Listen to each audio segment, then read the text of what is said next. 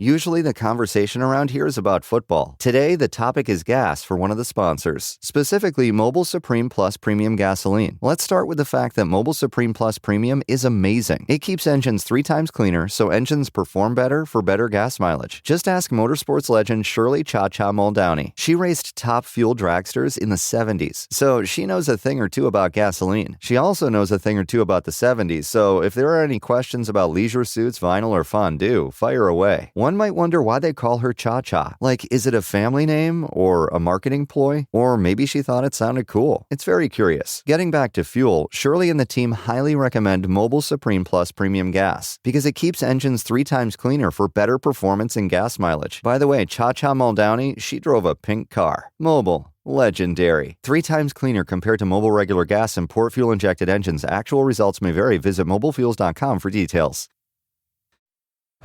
It's said everything happens for a reason, but maybe everything happens for a Reese's.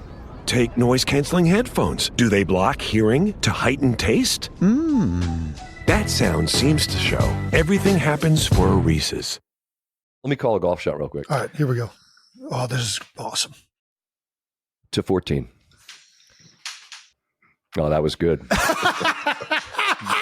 That's it. Travis, give us your best to 14 right now. All right, now here we go now over to 14. I'm changing the channel if somebody gives me a 14 call like that immediately. That was poor. That was poor to bad is what that was.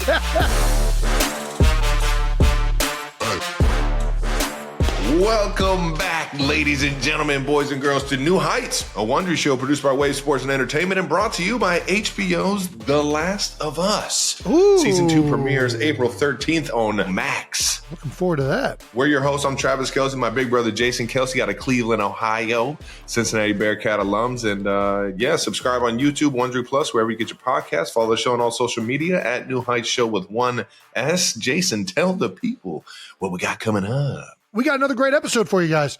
We're going to break down everything that's happening in the NFL owners meetings. We've also got some huge baseball news, huge barrels. Some would call torpedoes coming out. We also have an incredible conversation with my coworker and host of Monday Night Countdown, Scott Van Pelt, SVP, Maryland's finest. SVP coming on the show. You're not going to want to miss that. He brings it as always. He just has so many good stories, and he's such a storyteller. The best. Pros pro. The absolute All right, well, best. let's start with the baseball news. Let's start with a little. Oh, yeah, of course. New news. New news coming in brought hot. to you by American Express. Yeah, there you go. Shout out to American Express. And the Yankees. The Yankees have been doing a little research and development into what can make a baseball bat better, and they have introduced the Torpedo Bat to the world. That's right. That's correct. First of all, love the name. I mean, that's a great name for anything. Torpedo Bat. That thing sounds lethal.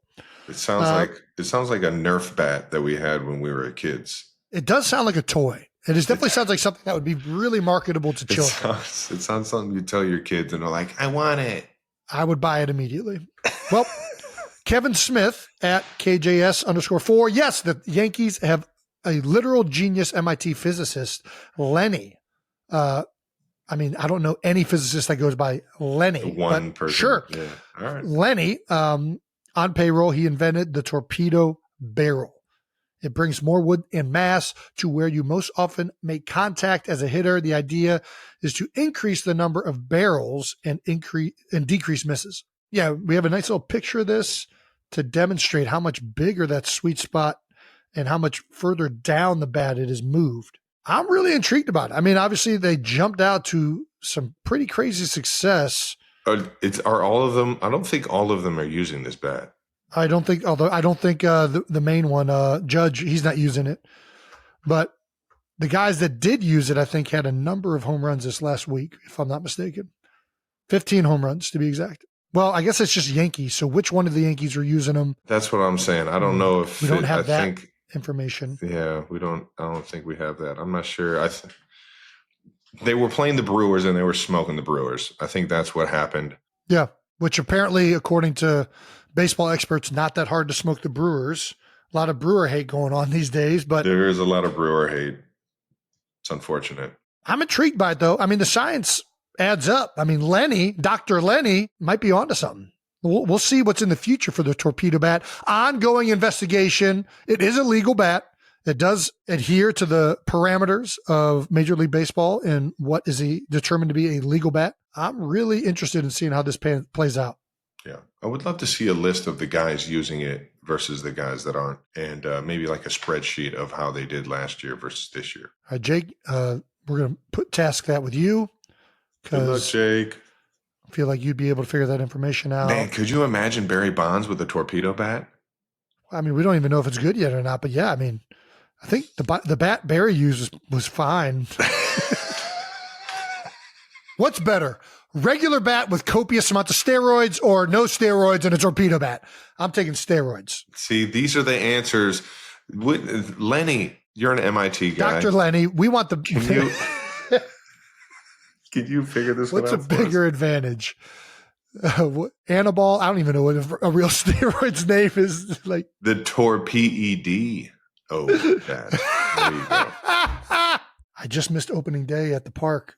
I might have to catch. Miss. I mean, listen, we just had a baby. Yeah. Are you trying to show the niece? Do you want to show? You want to see your new niece? Yes, I want to see my new niece. Jason, you only sent one picture. Come on, Kai. You didn't even tell me what name you picked yet. Ooh, look at that. Oh. Hey, little muffin. Look at you. He's hanging out with Mom. Tell Kai I said hello. I'm glad everything went great. Trav says hi. Hi, Trav. Do you want some? Okay. I gotta go next door. Will you Trav. record? Hey, Kai. Jason hasn't told me if you guys picked a name yet. Is this still a nameless baby? No, she has a name. We had to fill out a birth certificate paperwork. I thought that's how that worked. Well, you can technically leave without it, but we wouldn't remember to fill out the fucking paperwork after that, so we have to do it when we know. Is that a beer bat? Is it? That's what I'm saying. That's all we're focused on too. That's impressive. Isn't it cool? They might sell them at Citizens Bank. And you're impressive, Kai. Thanks, Trav. You're impressive. It's really wouldn't have been possible without your brother, you know? Is this Finny? Yeah, Finn. Finley and Kelce. Yeah, we're calling her Finn. Kelce. Finn Ann. No, it's adorable. Jason refused to let me just go Finn, so I'm dead ass. I love it. What well, congrats, should we ask Finn a question? Finn, come here. She said sneeze. All right, go ahead. What do you want to ask? Hey, Finn. That's so mean. Finn, you just look adorable. I don't even have anything to say to you. You happy to be out? Huh? How was Kylie's uterus? Too comfy. That's why we had to evict her. Get this guy out of here. Oh, man. I'm sorry, your father's a weirdo. All right, we're going next door to record. All right. Okay, enjoy. bye. Love you. Love you too. That was lovely. Thank you for that. Oh, she said she wanted to stay and see Uncle Trev. Not gonna lie, listen, babies are awesome, but they don't do a whole lot for like the first 6 months. You would know. You have 4 of them. It really doesn't get that exciting until they start smiling and like giving you something. I mean, it's amazing. Watching a birth is still one of like the most crazy things that you can ever witness. And there's a moment right when you see any baby, I feel like that's just like overwhelming. I love it, man. Just can't really do much. Right around the 6 month mark. That's when it's like Benny right now. Benny's right a little bit over 2. She is a lot of fun. I mean, she is a spitfire, doesn't even know when she's being offensive. It's the best. I love it. I'll get up there. So, all right, I'll see you in like 6 months. 6 months, to meet perfect. the baby. Yeah, that'll be good. That'll be good timing for you. Let's move on to some football news. The annual NFL owners meeting are happening in Florida right now. Florida.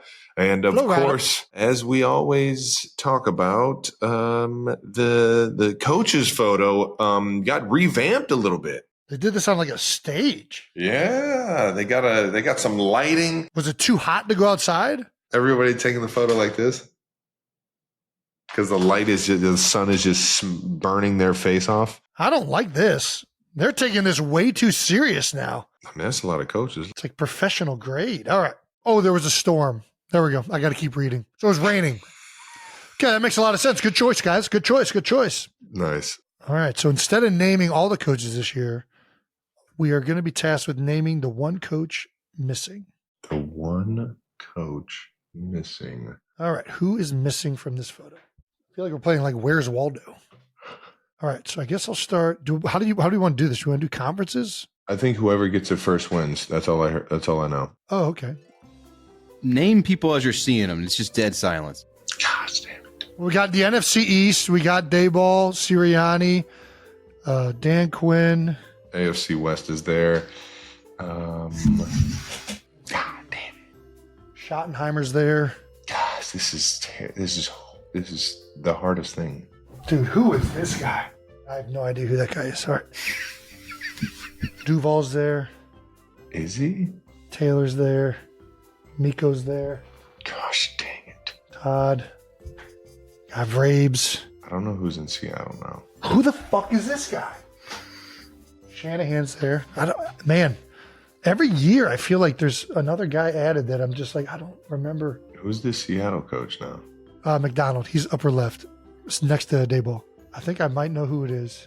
Nope, there he is. Fuck. And we're positive there's somebody missing. There's one coach not there. Could not make it due to the storm. Storm. Due to the storm. Was that a hint? No, that was just the weather. That was just the weather. So this was in Florida. Somewhere. No, I'm not that clever. Are all the Florida coaches here? Yes. Atlanta. God damn it. Who's Aaron Glenn coaching for now? Aaron Glenn is coaching the Jets. Who's Atlanta's head coach? You should know this, Jason. You're so cool. Jason, come on. To be fair, I don't know anybody in that division. Oh my gosh, Raheem Morris. There it is. Jason, you won. You won. Oh my gosh, that was tough. Maybe the most pointless game we've ever played. Congrats, Jason. What a big weekend for you. New baby. Oh yeah, winner great. of Guess the Coach game.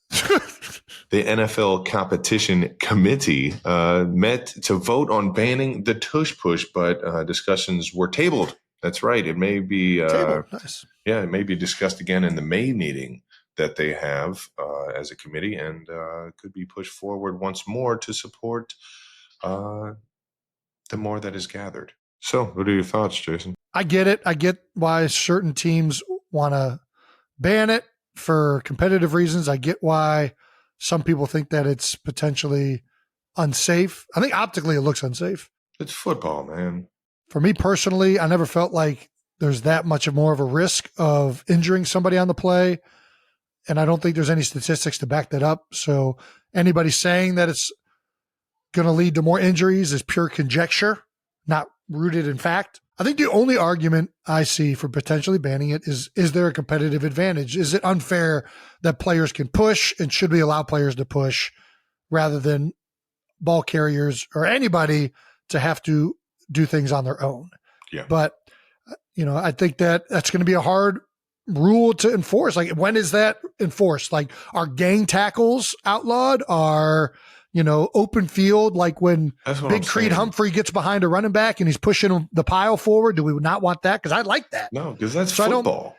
I think it's hard to know, like, where do you stop this from occurring? You can't just say, like, hey, you can't do the tush push.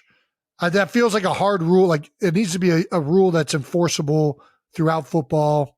Although they do let defensive players push D linemen on the tush push, but they don't let that happen on field goal. They did outlaw that because that was leading to an increase of injury. So, man, listen, there are 4 downs that a team gets to get a first down or get in the end zone.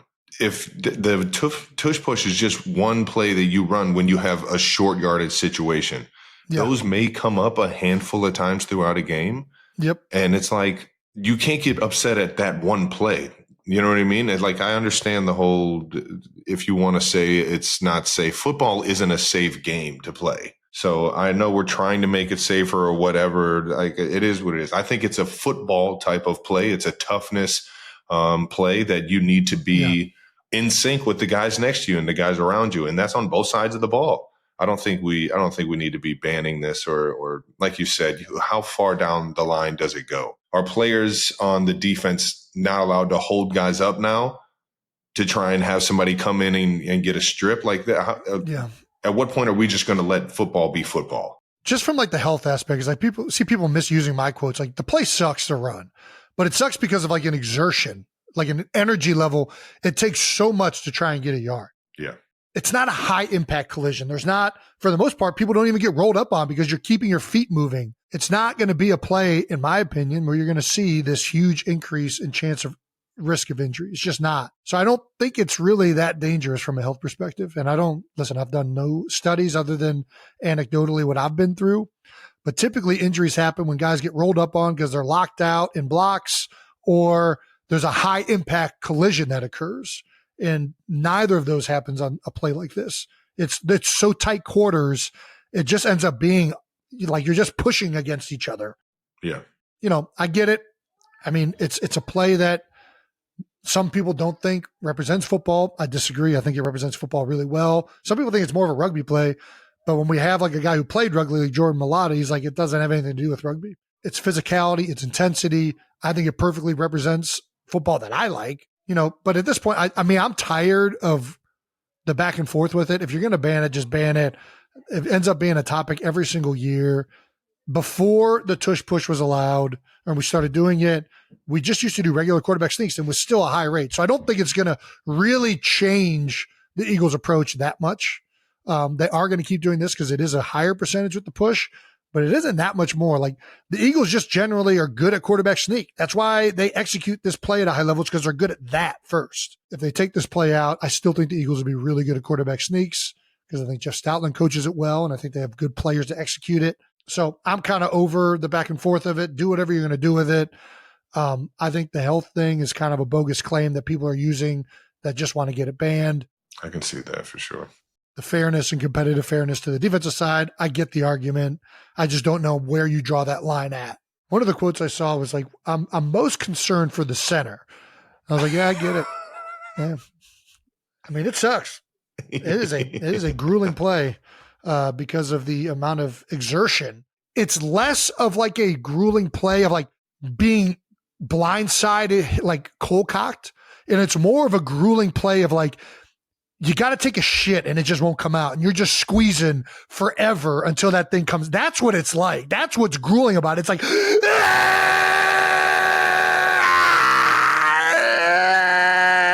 I mean, I think everybody's been there. That's more of the grueling nature behind it. The exertion that I'm talking about. I don't think I've ever done that taking a shit, but I know I get what you're saying though. Jeff Stoutland did it one time, and it was the funniest fucking thing I've ever seen a coach do. It was so funny. All right. One of my former teammates, good friends, and the last of the core four remaining with the Philadelphia Eagles, Lane Johnson, had this to say on Twitter: hate us because they ain't us. There we go. Talk your shit, player. I not player. All right. That does it for little tush push and new news. New news is brought to you by American Express. Yes, it is. And let's move on into some fan mentions of the week. Some Trav fan mentions. Yeah. This is. I love this. This is pretty crazy. There are a few people that that when I look at them, it's like, damn, that's my cousin. This is one of them right here from Skydog on X at New High Show at me. Travis, when did you start playing baseball? Well, I've been playing for a long, long time, but the Brewers, Bryce Turang, hopefully I'm saying that correctly, Bryce.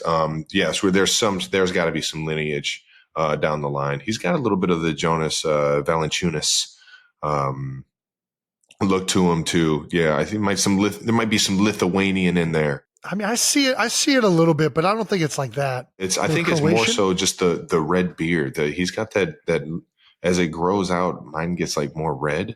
Okay. I'm going to let you know what it is. Here's what happened. I've never done a 23andMe, but I can virtually guarantee there is somebody in a lot of people's, like, Genghis Khan. Have you ever heard of this? Like Genghis Khan, there's like heard about him. 10% chance or something ridiculous that anybody is related to Genghis Khan. It's something absurd. Like this dude just like was banging women nonstop. Just being honest. I forget Brandon, can we find that stat about people being related to Genghis Khan or having like Genghis Khan's genes? It's absurd when you look into it. Can we You get don't the know Genghis anything. Khan stat? Can we get the Genghis Khan stat? I No, this have is the accurate. Genghis I Khan. feel very- Quit yelling at me. I'm not yelling at you. You're yelling. Genghis Khan is estimated to have over 16 million male descendants alive today. That's crazy. How crazy is that? Approximately 1 in 200 men globally sharing his Y chromosome. Fuck, that's insane. Man. 0.5% of the global population has Genghis Khan's Y chromosome. I want to see if I'm related to Genghis Khan. And I believe that goes up if you're of Mongolian descent. Historical accounts suggest he fathered many children, both through his marriages and concubines. Sons, grandsons continued the trend, further spreading his genetic lineage. The claim that so many people are related to Genghis Khan is supported by a 2003 genetic study, which identified a unique Y chromosome haplogroup, yeah, whatever that means, okay, shared about 8% of men in regions once part of the Mongol Empire. These Khans are getting after it, man. Yeah. So I think that there's somebody with one of these Y chromosomes in all the basic white bearded guys that we kind of embody. I think there's some guy that just had a half red, half brown beard and was just running around with an axe up there going through Europe. Well, shout out to Bryce. Finally, he had to show some Brewer love today. So shout out to Bryce. We also got this from the New Heights page of Reddit from Adam Bomb 661. Interesting name, bud. Dude, this church mural in my neighborhood looks oddly familiar. Why? Travis, I've never seen Jesus look like this. What? Like you? I've never seen this. How did they do this? Somebody painted this in your image. This looks like Travis Kelce. No, it is not. If you had long, wavy hair, this would be exactly what this picture would look like. You're hilarious. So you're Jesus Christ? There's no way. This is, I've never seen Jesus painted like this, though. Travis, would you ever do your hair like this? This is a good look. This is like an 80s Travis Kelce right here. That's like me if I was in the Bee Gees. Well, I can tell you almost assuredly someone who, dude, I don't want to gloss over that. The Bee Gees is such a good fucking reference. You look just like that one motherfucker. It's so good. That's great. Living alone in the night of the broad Barry Gibbs. Hilarious, man. All right, that does it for fan mentions. Yeah, it does. Let's see what SVP's talking about, huh? Maybe get this episode back on the rails. You guys are in for a treat. Let's send it to him. Our guest today is from the University of Maryland. He is also the host of Monday Night Countdown, Sports Center, and the SVP or SV Pod. He's an 8-time Sports Emmy nominee and the voice of the first 2 days of the Masters. Please welcome Mr. Scott Van Pelt. Thank you. Baby. Thank you. Welcome on, big guy. Thanks for doing this, man. Nice to be here. It also says a member of the 2023 class of Montgomery County Sports Hall of Fame. What's that? What's Montgomery County Sports Hall of Fame? You know, we're an area where not a ton of people have made it to the big time, as evidenced by the fact that they were like, who can we put in? Like Van Pelt? Yeah. He threw like 75 when he was in high school. We don't have a ton of people from around here that have made it, but what makes it cool is the people that have made it to the league wherever. Sure. Those folks are a big deal. And it was an honor that they would thought this is all just the broadcasting piece of it. And it's flattering. It was not for my sports prowess. Yeah. I mean, I was like the classic high school guy. I was a good basketball player. I was a good pitcher, but that was the extent of it. Were you better basketball or better pitcher? I'd say hoops before the age when people started redshirting their children in elementary school. I would have really benefited from one more year. I'm not kidding. I'm not kidding. Like in the area where I'm at, like there's like 20-year-old high school seniors that have been like held back a few years, and then they end up getting scholarships to go play lacrosse at an Ivy League. And you're like, there was a method to the madness. But I was like a 17-year-old high school senior. My nickname was Fungo. I was 6'4", 170, and by my freshman year in Maryland, I'm 6'6", 205. Like I'd probably had a chance somewhere just because I was just physically completely different. Size-wise, yeah. You know what I mean? For sure. Whatever. I was a decent hoop player. So, I mean, at Maryland, like there were a bunch of people in like the intramural system that were like, could have played college somewhere, but just, whatever. But that's it. I was, frustrated. When I was little, thought I would be the guy people were talking about. But as it works out, I get to be the person talking about the people. And that career lasts a hell of a lot longer, thankfully, as we sit here now. Much longer. You're one of the best, man. You're one of the best. One of the icons. I appreciate that. Speaking of hoops, before we get into your heralded career as an analyst, we do got to ask, a couple days removed from the Terrapins' exit in March Madness, how we feeling? Well, it was a big bummer. They look good.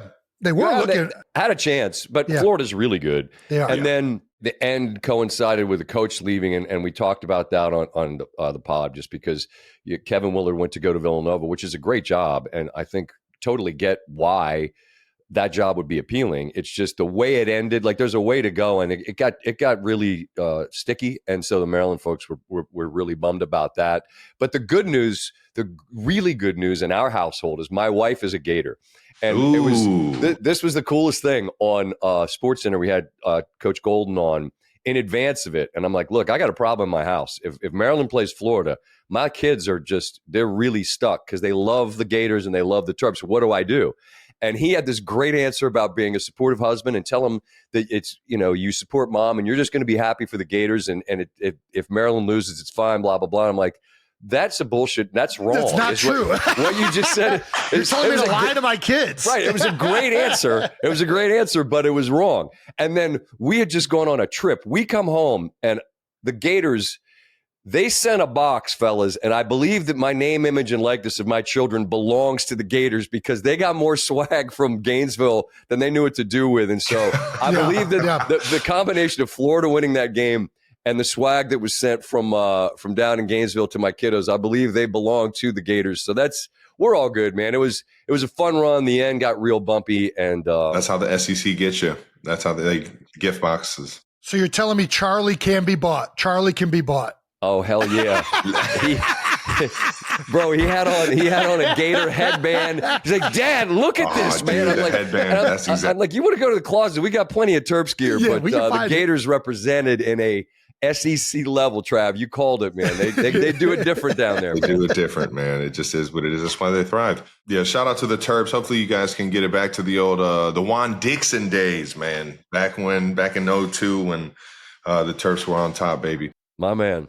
Let's move this topic to what really a lot of the fans want to know about on this show, and I desperately want to know more about it. How was it working with Jason on live television?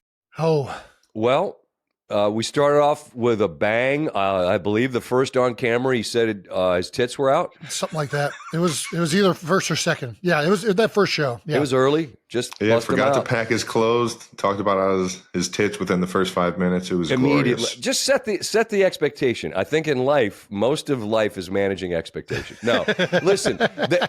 I'm interested in his perspective because when it was right around now. It was last spring when you had made the official decision that you were going to head into our world on the TV side, and you were coveted by everybody. And I mean, I've sort of shared this backstory. I reached out and I was like, look, man, I appreciate your space. I'm not trying to get in it and try to bother you, but I also wanted to represent that I knew ESPN was interested in having your brother and in whatever capacity it was going to be. Mm-hmm. And so I tried to be as honest as I could about what I thought our place was. And now he comes in. And the thing about the business is there's a million things about – this is where I'm going to talk about you, Jay, like you're not there, okay? Okay, cool. Like, there's a million things about your brother that make him perfect for – they can keep the cans on. Perfect for TV, but there's a process of learning the mechanics of TV that it's not innate. he's innately entertaining and engaging and people love him, but learning how to, okay, when's it my turn? And what I would try to tell him is, look, man, your mic's always on. You don't need me to ask you to go. When you're ready to go, go. But there's a couple of guys in Swag and RC that we have a built-in kind of chemistry. We know how it goes, and Swag can get going on a tangent, and like you just got to let him go.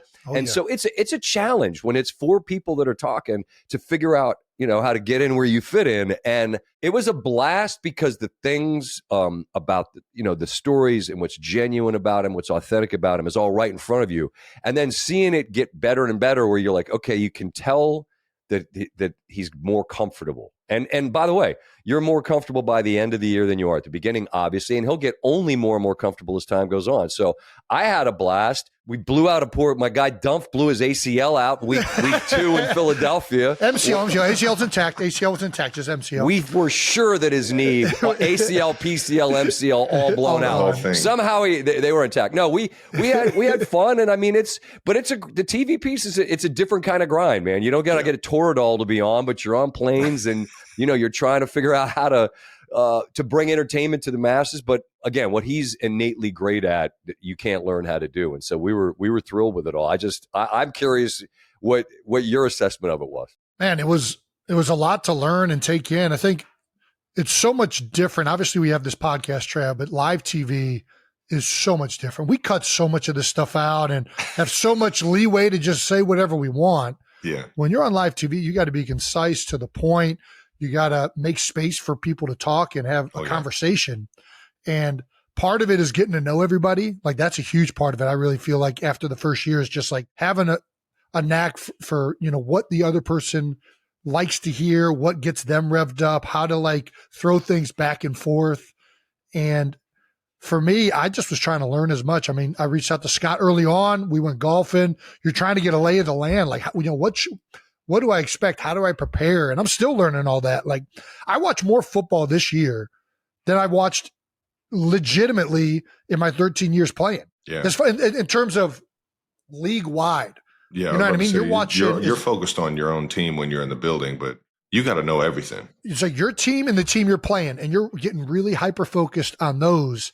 And I still like watching the game in that hyper-focused, game plan-oriented focus. It's not feasible to do that really in the same way, in the same depth, when you're trying to watch all 17 games that happen within. You can't watch the all 22 of every game by the time you get to the Monday, because we're not going to break. Although, like, we're not going to break down all of it, but if there's something, because what we try to do is talk ball, and Yes. Trav, you've been kind about that like.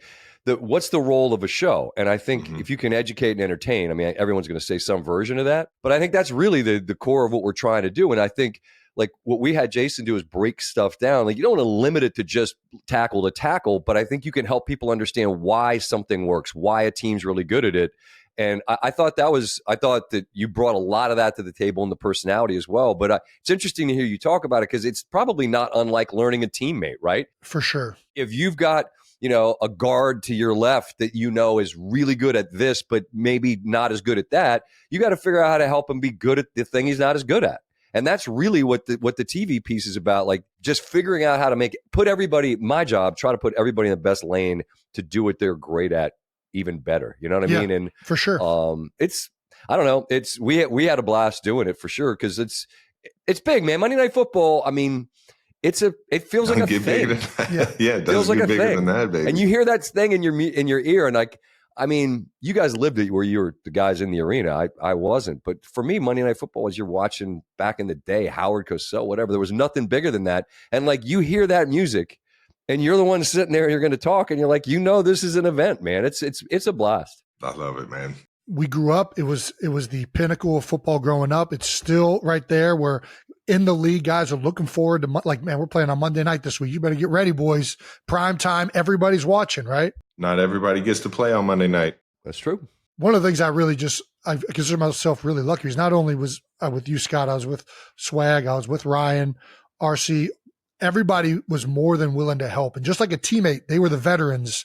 And I could tell, like, we're on the middle of the desk, we're in the middle of the show, and Ryan's like, yeah, what do you think about that? Like, he's like, all right, it's your turn to talk, idiot. Like, get going here. I'm like, all right, I got you. So I don't know. It's really fun looking back and seeing how everything evolved over the course of the year, how much closer everything got, and looking forward to this next year for sure. I think it's going to be awesome. Oh, yeah. For sure. SVP, how did you get into the Monday Night Countdown stuff? Was it always because you were originally just like I think it was 2001. You started with ESPN doing Sports Center. Yep. And how did you gravitate? Like you said, you're a hoops guy. How did it get to the NFL, biggest stage on the NFL? I think the one thing that has happened for me, Trav, throughout my career, and I'm grateful, is I've never been a guy that was playing chess. I was never planning 3 or 4 moves ahead. I didn't have my eye on anything as much as my eye on right now. Mm. I think I've been really good at that, being present in my present, appreciative of this moment, try to be as good as I can be at what I do, and trust that if you do that, then you'll get another shot at it tomorrow in some other role. Yeah. I've told this story before, but it's true. I have a Post-it note that's in a little window box frame that sits on my desk, and it says, "I will never work at ESPN." And when I was at the Golf Channel, which is where I started way back in the day, I had a producer that's like, "Man, you're going to go to ESPN someday." I said, "Man, I'll never work at ESPN." He said, "Oh, wow. Really?" He wrote it down. I signed it, and he said, "I'll bet you $100." I said, "Fine." I saved it because it was a great reminder, even to this day, to me. Don't say the thing you won't do, right? Because look at me. It's damn near 30 years. Well, no, it's 25 years of me being at ESPN. And I came there to be one thing, and then I moved up there, and then I started doing Sports Center, and then I worked with some of the all-time greats, the late, great Stuart Scott, who, we do the show, and he'd say Stuart Scott Van Pelt, which was this really cool thing he did where he made us a team, and he made me his equal. And he was a star who was willing to share his shine with me because he wanted us, like you were just talking about, Jay, to be great together, right? So cool. And I did that. And then I started to do radio. And I was like, holy shit, this is so difficult to do radio. I thought it would be easy. And I learned how hard that was. And then I took a little bite of the apple with game day. I spent a year doing college game day. And I guess what I'm saying is that I just kept trying things that were put in front of me. And then around 10 years ago, they said, we want you to do your own version of Sports Center, which no one had ever done before. And that was obviously a lot of fun. It was a huge challenge, but it was fun. But there's nothing at our place that's bigger than the NFL. And so when they asked me, hey, is this something you would consider doing? I'm like, absolutely. It's the NFL. There's nothing bigger. We want you to go to the games. I'm in. And so it wasn't anything that I pursued. I guess this is a long-winded answer of saying I didn't pursue it. But the way the path goes, there's things that are sometimes pop up, or the opportunity arises. And when it did, I was up for it, and I did it for 1 year. And then last year was when your brother joined. And so it's only been a couple of years, but I looked at it like there is nothing bigger than that night. And if there's something that has to do with college football down the road, I don't know what it would be, but I mean, I went to the national championship game this year and we did our show from there. I just think being at the biggest events, covering the biggest events, being in the arena, nothing substitutes the juice you feel when you're there, and you feel a connectedness to the fans and the moment. That's my favorite. And being face to face, like you and I this year, Trav. What game was it? Maybe it was the Saints. I can't recall. But you came out and it might have been a playoff game. You came out and you were with me afterwards. Might have been Houston. It's like it all kind of becomes a blur. But when you're face to face, like with Ryan Day and Will Howard after they win the national championship, the conversations you have, the intimacy of that moment, man. Coach Tomlin said it the other day at the coaches meeting. There's no substitute for intimacy. That man has a great way of saying just one sentence better than I'm saying all of this. I love that, being face-to-face with the people that have just been in those moments. So cool, man. Well, I met you on the biggest stage back in, I think, 2016, maybe? It was 14, 15, 16 at the national championship. I see the man himself, SVP, the guy that drove we talk about this all the time on here, that those ESPN Sports Center days growing up with, Stuart Scott, yourself, Rich Eisen, Steve Levy, the whole gang. It was just so much. You guys drove our love for sports. That's so cool to hear, Dude, I'm telling you, I loved every single sport and it was the only channel that I went to. Jason, he would watch Dragon Ball Z. I would go straight Cartoon to Network ESPN. sometimes. Cartoon That's Network. fine. That's fine. Dad would have Law and Order on. Every once in a while, we'd have to beg him to turn it off. But no, I saw you at the national championship, Ohio State versus Oregon, and I was in Dallas. I was kind of in that underground bar area, and it was when you had just started doing Bad Beats, and you came up and you said you were the nicest guy in the world. I'm shaking because I'm actually meeting the man himself, and you were just so cool, so calm, and we're talking about how I opened the Bad Beats. That's a legendary moment, by the way. Belk Bowl is all time. All time. And that montage is some of the legendary moments in the gambling history where something went completely sideways. The Belk Bowl against Duke.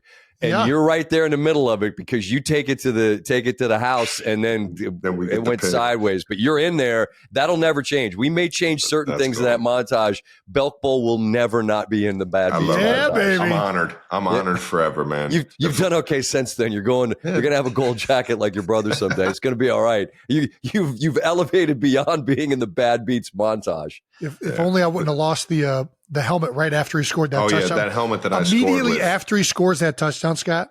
I'm in the students. I'm in the end zone stands. He runs over and gives me his helmet and tells me, "Don't give this to anybody." We're partying afterwards at the bar. I'm letting everybody wear it. I look back, it's gone.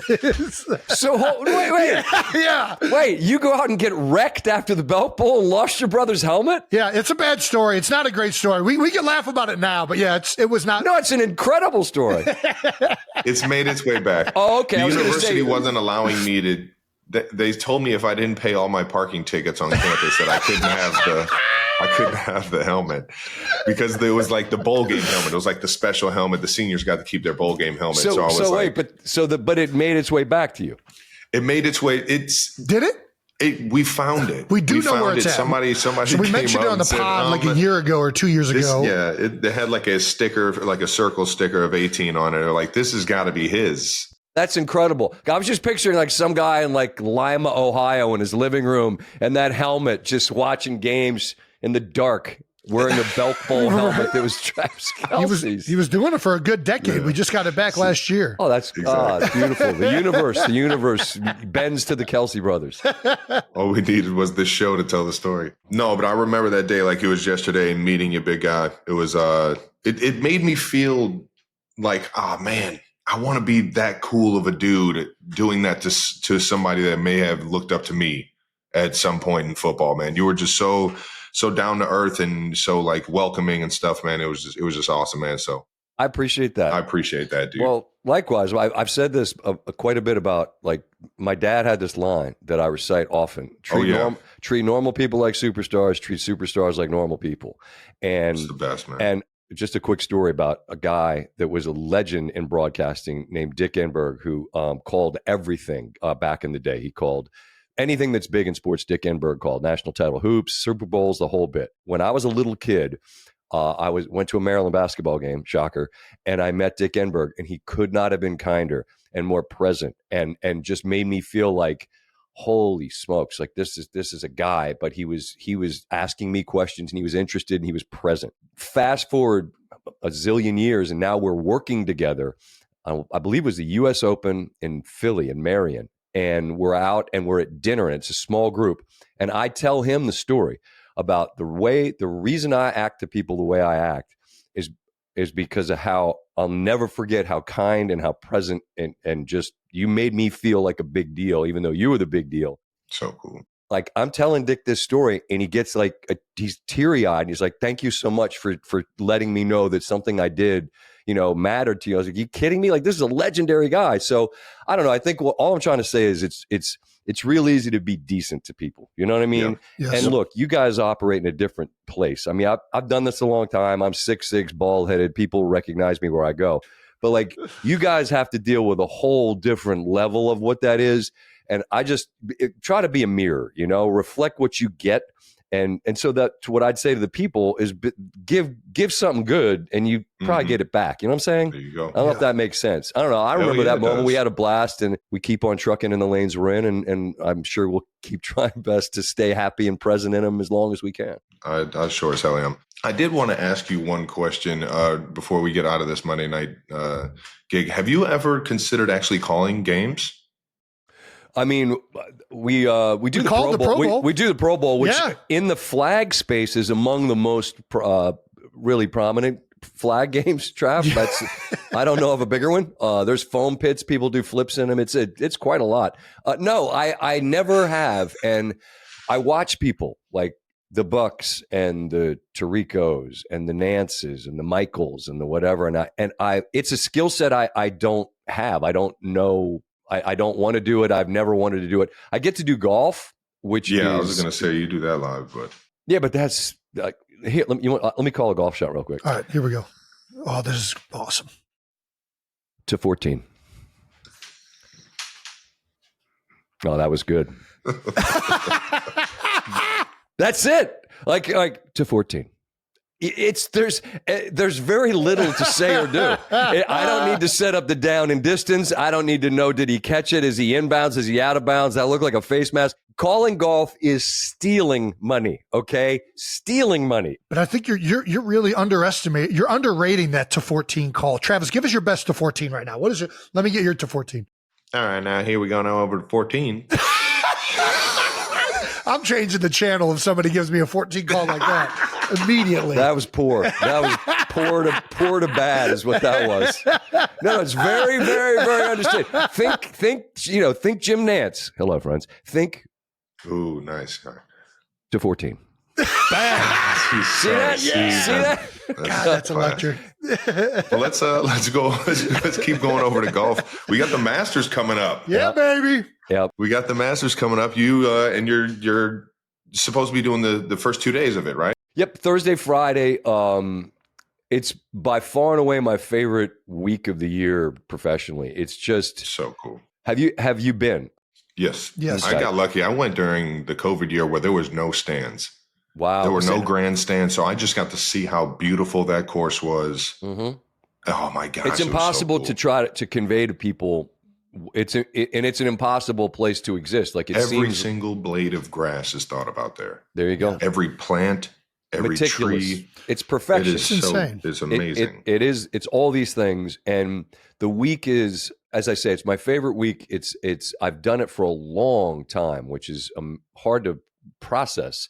The first year I went was 1997 when Tiger Woods was a kid, and he laid waste to every record there was, lowest score, youngest winner, biggest margin of victory, the whole bit. And that was when I started. And now it's all these years later. And I'm the guy in the Butler cabin on Thursday and Friday that brings this on the air. And, so cool, believe me, that is so cool. I'm talking earlier about being present, being grateful. Like all the stuff I get to do is a blast. I mean, I'll go in tonight and we'll do a show. We followed the women's tournament. You talk to Gino Auriemma after he goes to his 24th Final Four. He's got confetti in his hair. Like that's an amazing thing to get to share with somebody. I love what I get to do. It's all of it's insane. The Masters is a completely different level of lunacy. Like when you know that it comes on the air and it's a picture and it's whatever it is, it's the Hogan Bridge or it's the 13th and it's that like the iconic shots. Oh my gosh, that you can, going to that corner. Oh. Right. You can close your eyes and see him in corner and you hear that sort of melodic piano and you're the voice that says whatever it is that you have to say and the Masters begins and you're the one doing it.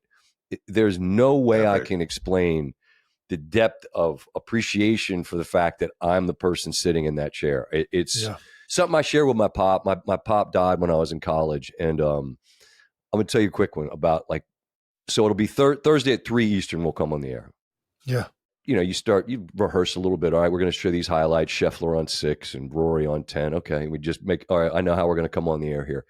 And at some point in the last minute, all right, I'm sitting there and I'm getting ready. And then there'll be about a 30-second bit where I just sort of get into this Zen sort of place where I'm just my mind is still, my heart is grateful, and I think of my father.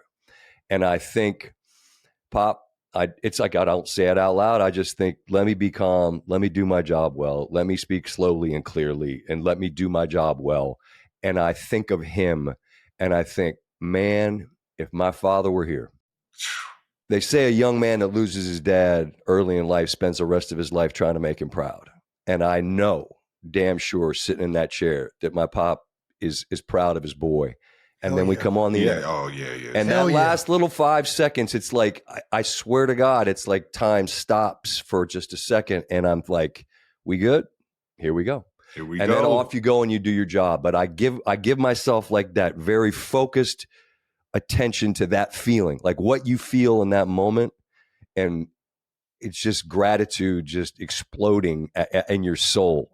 I don't mean for this to sound overwrought right now, man. I don't mean for it to sound too goofy or heavy, but it's sincere. It's sincere. Awesome. And so I'm here, and, Jim Nance is there, and, Jim, it's his show. I'm just there to sort of welcome people on. I don't do a hell of a lot of heavy lifting, but that's the gig for the week. That's the main focus of it. Wednesday's my favorite day. I'm doing the par 3 contest this year, which is a blast. It's like, the kids are caddying for their dad, and it's just this beautiful day. And it's this par 3 course is sort of a miniature version of the big course. It's incredible. The whole thing's incredible, but there's a lot wrapped up into that week, as you can tell from what I'm sort of saying here. Heck yeah, man. That's awesome. Getting a lot of knowledge dropped on us right now. I love it. Yeah. And the Masters, all these majors they're so much more, I feel like, ramped up because of the split. You get to see these guys coming from all over the world, different leagues. If you're the top of the top, you're in these majors. Right.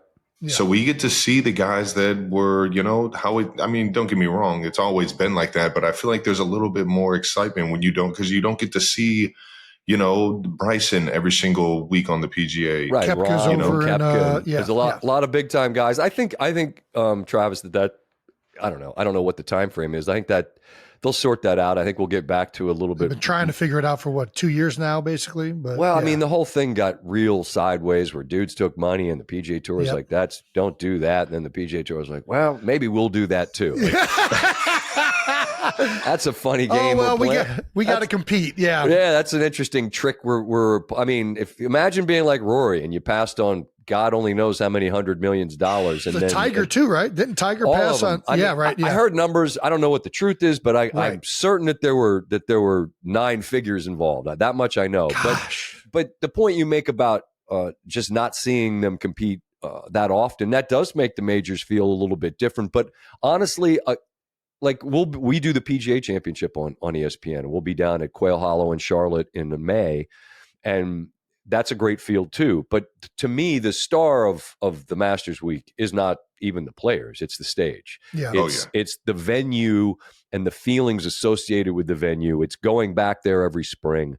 It's the friendships that get rekindled, like among patrons and people that work there, and it's just the whole week is so special. So you're right that those events have added significance, but the Masters is just feels like what it feels like because of the place more than who's competing in it. 1,000%. I think golf in general, it's such a sport that's rooted in history. Mm-hmm. And when you go to a lot of these older venues that have so much history to them, that is there in the back of your mind in itself. It almost takes you back in time. What the Masters has at the same time is not only does it have that history, but it's every little meticulous thing is just done in a way that, I don't know, makes it feel just ridiculously special. Sure. To every single person. No. And even like the person serving you beer, to the person you walk by in the clubhouse or whatever, they all just make every single person feel so special that they're at an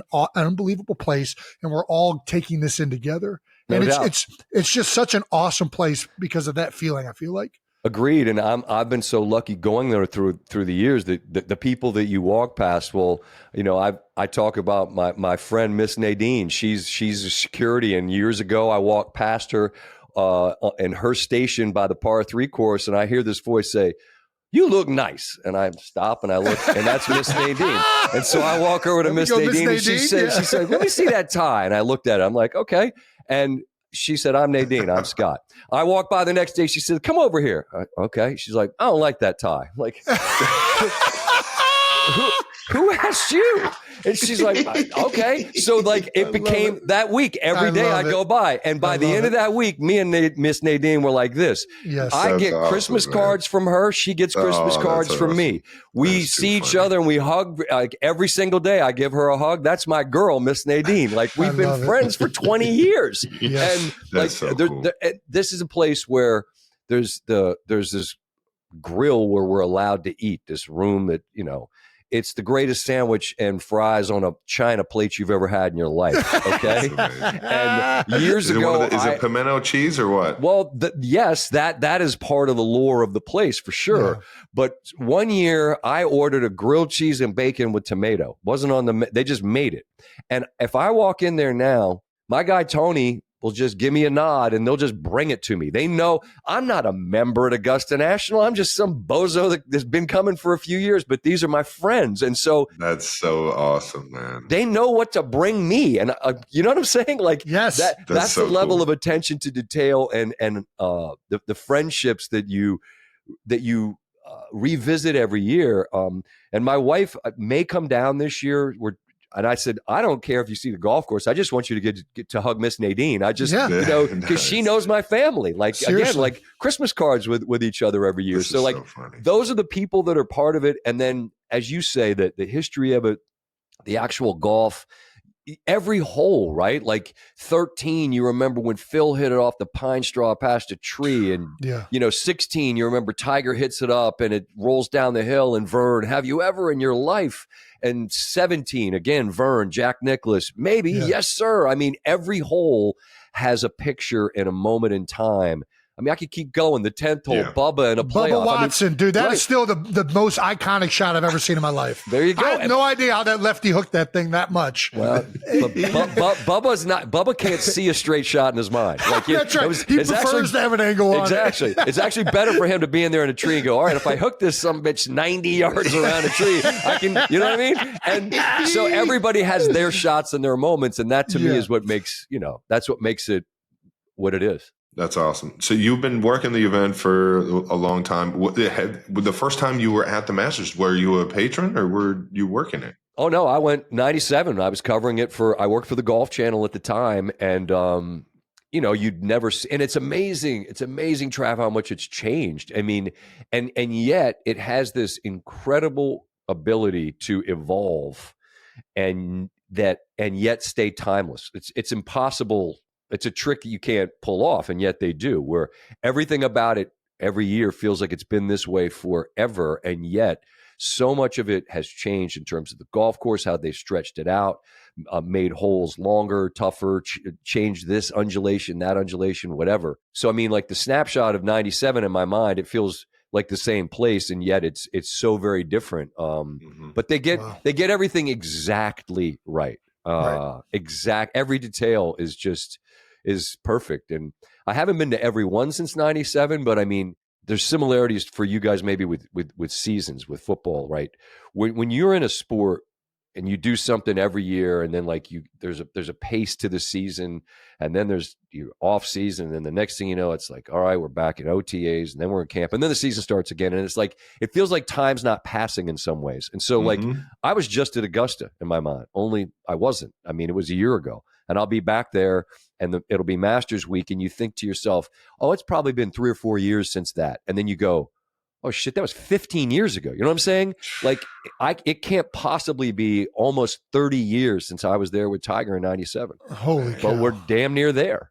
And that's where I just look at myself and go, good Lord, like how lucky are you to be able to keep doing this? And so it's crazy how time passes, and yet when you're there, it feels like time hasn't moved. We're all freaking excited for this year's, and I know you'll kick it off, right, big guy?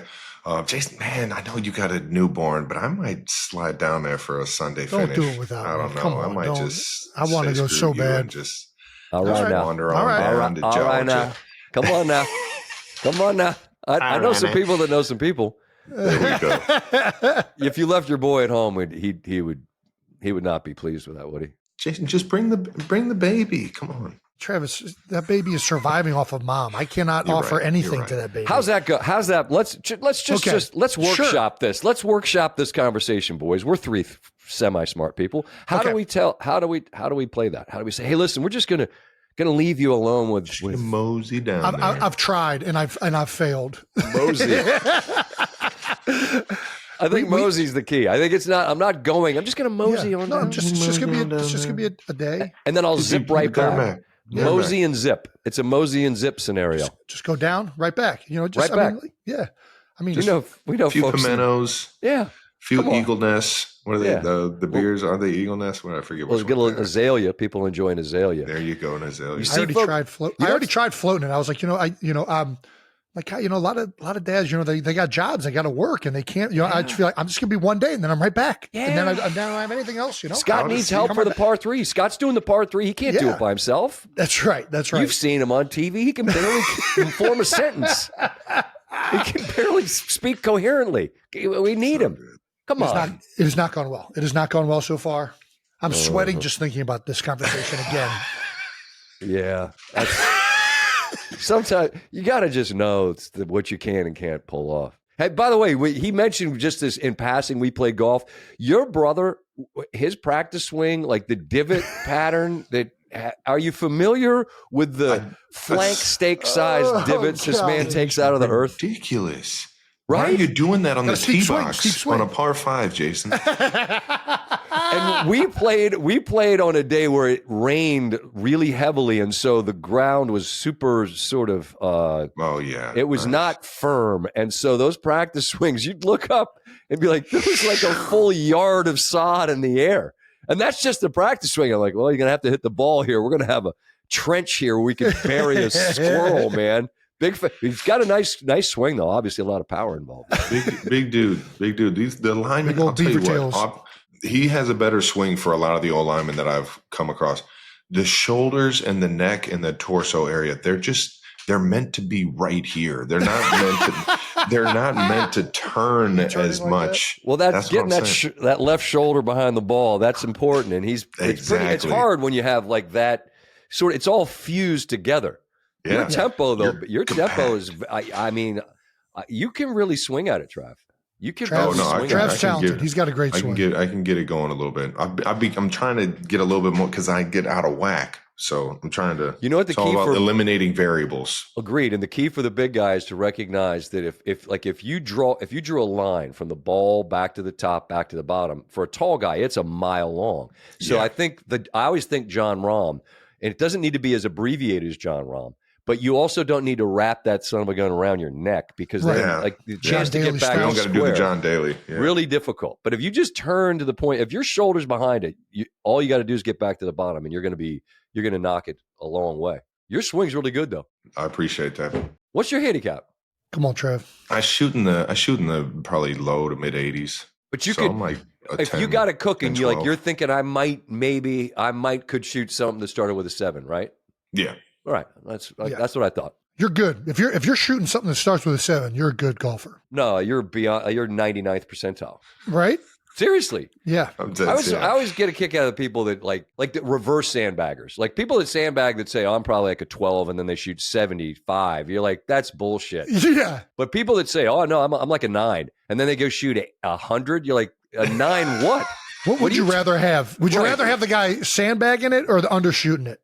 That's a good question. That's actually a really good question. But the guy that says he's a 14 that goes to some member guest and shoots 75, that's very, very poorly looked upon. So right. I'd say, I think the person that says that they're a 12 that shoots 108, that you could live with that. Like, I just had a bad day. Well, no, you have a bullshit 12 is what you have. And there are a lot of those, but don't be the sandbagger. Don't be a sandbagger. That's bad luck. Bad luck, man. Let's go back to when you started ESPN. How about that? I'm happy to do it. Joined in 2001. Uh-huh. How old were you when you first joined at ESPN? Well, let's do the math. I'm 58. So what did that put me at 2001? I was I'm not good at math. I was 35-ish. Yeah, 35-ish, mid 30s. Nice. Yeah. Nice. And you were with Golf Channel up until that? I was. I mean, I told you the story about like having the note I wouldn't work at ESPN, but it was kind of a lot of life is this, right? It's sort of serendipitous. Like a guy named Jimmy Roberts, who actually is a Maryland guy and was at ESPN covering golf, left to go to NBC. And that was in the middle of Tiger Woods just laying waste to all humanity in the game. I mean, he was breaking records, winning every major, and ESPN really kind of needed a guy that had an in with Tiger. Sure. I was that guy. There we go. Yeah. I mean, literally, my entire career exists because of Tiger Woods. That is a fact. And maybe I could have found some of this without him, but almost certainly not. And so I went in 2001 because ESPN really kind of needed a golf guy. And I lived down in Orlando at the time. And I stayed in Orlando and I was covering golf and a little bit of this, that, and the other thing. So that was when it started. That's so cool. What was your first day at ESPN like? Do you remember? Oh, yeah. I remember it vividly because we were in Australia to cover a golf tournament. It was the World Match Play, and we're in Australia. This is actually cool. I can picture it as clear as day. We were going to follow a Syracuse basketball game, and we're just waiting for it to end. And I'm sitting in like this, it's like a tent. When you're doing a golf event, they build these little, you've seen them. If you go to a major or whatever, like it's a TV compound with, you're outdoors, but there's a tent over the top of it. And I'm sitting there with my guy, Andy North. And when the game ends, there used to be this like, and you guys are ESPN heads, like there was this animation that like, it was like sort of a circle and it says ESPN. And there's this voice that says, "This is a presentation of ESPN, the worldwide leader in sports." And that's like I told you about the Masters moment where I'm waiting to talk. Well, this is 2001 and I've never done it. And I'm like, oh shit, I have to talk. And it's me and I'm on ESPN. You know what I'm saying? It got as real as it could get. And I'm just like, don't talk fast. Don't freak out. This is what you do. You can do it. Only I got news for you boys. I kind of couldn't do it like that at that point. Ooh. And so I'm in a tent in Australia with Andy North at the World Match Play, and that's the first event I did. And then it was a 2-week thing because we went from there to Kapalua to do what used to be the Mercedes, and I'm doing a 2-week junket in Australia and Hawaii, and I'm like, bro, your boy's on ESPN, and I am living right. You know what I'm saying? Yeah. No, this is a good introduction. It's Australia, it's Maui, and it's like life is good. I am wavy, bro, and this is real, real good. Look at your boy. Then that's how it started, and then it was actually a really, unfortunately, sobering moment because I come home. And I'm sitting at my house one day, it's February, and it was the Daytona 500, and I get a phone call from ESPN that says, "Hey, Scott, we're getting word that Dale Earnhardt might have died in this crash." And I'm like, "Oh, that's awful." Yeah, holy and cow. Then they said, "I'm not processing this, right? And we need you to go there." And I'm thinking, wow, I mean, I had only done golf, right? And so I had just done these golf events, which was a very familiar space for me. And now all of a sudden, I'm hopping in the car, driving up to Daytona to cover as big a story as there could be in the sports world. And that's where it was a real reality check of like you're in the deep end of the pool, man. And I remember vividly, SportsCenter started that night with a report from me at Daytona, given the news that Dale Earnhardt had died. And it went from like everything's whatever to the reality of what the stage you were on and the fact that you were covering everything. And then, obviously from there, there's far less serious stories, but you added more to the plate as time went on. Yeah. Holy cow. I mean, that's a heck of a switch up. Yeah. Australia, Maui, and now Dale Earnhardt is gone. But from my perspective all right, can I do this? You're not going to be asked to cover something more significant than that. And I was able to do it. And then it was just a recognition of, all right, you're in a different place now than at the Golf Channel where you just go on to the next, tour stop. And, that was all that we were going to do. And then, as I say, it was more used to do some NBA things like Tracy McGrady and Shaq and people like that were the Magic at the time. You'd do some of that. And it was just around that summer was when they said, hey, we want you to come up and maybe do some Sports Center. And I was like, all right, I can do that. And then I went and did it. And then the next thing you know, it's like, hey, we want you to move up here and do it. And I mean, leaving Orlando where it was 75 and sunny every day for Bristol was a different kind of reality check. Like, what am I doing? Sure. That was a rough adjustment initially. Speaking of an adjustment, like going from the golf channel where you're obviously just doing golf, then all of a sudden you're doing all this stuff. Was there anybody at ESPN that kind of showed you the ropes and taught you, I don't know, how to now cover everything? I mean, I don't think I had as much of a sort of a guide as much as I just there's a person and you would know this name because you know him, and he's the guy that's now in charge of all things at ESPN, a guy named Mike McQuaid. He's a behind the scenes guy who's been as instrumental in helping me get where I am as anyone. Just what he did, Jason, was he basically just said, you know what to do, just go do it, and was great with feedback. You told me something when we played golf that day. You said, I like being coached. And I thought, that's great news, because not everybody does. Everyone says they want feedback. You know what feedback they want? They want grab ass, you're awesome, attaboy. They don't want, hey, that's bullshit. That you can't do this. That was bad. Here's why this sucked. But that's what you need. Mm-hmm. And having a guy like that was really helpful in just trusted that I would do the work and put in the work, and wherever the bumpy spots were, I'd figure them out. He was great from a behind the scenes standpoint, but then, as I mentioned, Stuart Scott was awesome. And we had this kind of admiration from afar because he and Tiger were boys and I was as well. And so we had kind of seen each other from across the aisle. And then when I came, I had kind of the endorsement from Tiger with Stuart. And then I was an ACC guy from Maryland. He was a Carolina guy. And we had that kind of common thing. And then he and I just found this rhythm with one another that was really helpful from a Sports Center standpoint. But I mean, I've been so lucky with people that I worked with from and if I start naming people, I'll leave them off. But like Stuart was big. Neil Everett was a partner of mine that I worked with a ton. And he's just like, that's my brother forever. So I've just been so lucky that the people that I've sort of shared the set with and, traveled with and worked with were all great teammates that helped elevate me, that hopefully I helped make them the best version of them. And you kind of ham and egg it. But, it wasn't like we had a, sit down and here's this and here's that and here's the other. They just kind of trust you to figure stuff out. And what you don't, they're going to help nudge you back towards the center. Well, I'll tell you what, man, the ESPN commercials alone come on now, made that place seem like the coolest workplace of all time. Outside of the cameos of the superstars that were, in the NFL, the NBA and all that, the cast of SportsCenter, men and women, I mean, we talked about them already, Rich Eisen, Dan Patrick, the Swami, Chris Berman, Linda Cohn, Steve Levy, Stuart Scott. Like you said, we're leaving off way too many.